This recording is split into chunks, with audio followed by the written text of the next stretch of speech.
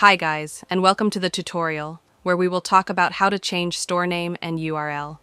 This process is simple and easy, so let's get started.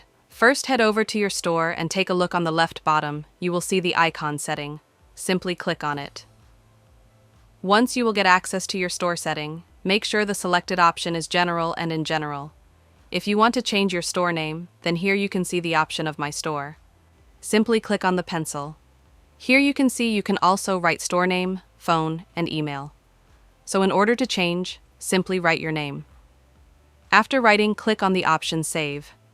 Now you can see the store name has been changed. Now how can you change the URL? In order to change the URL, what you need to do is simply scroll down and you can see the option Domains. Click on it. Here you will see your store domain.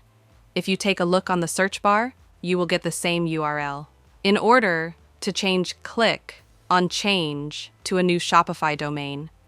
And here, write your new domain and check the availability of that.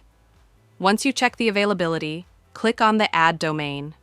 Then that will be your domain, and you can set it as primary after it. Also, you can connect to an existing domain like Hostinger, GoDaddy, and multiple. And that's it.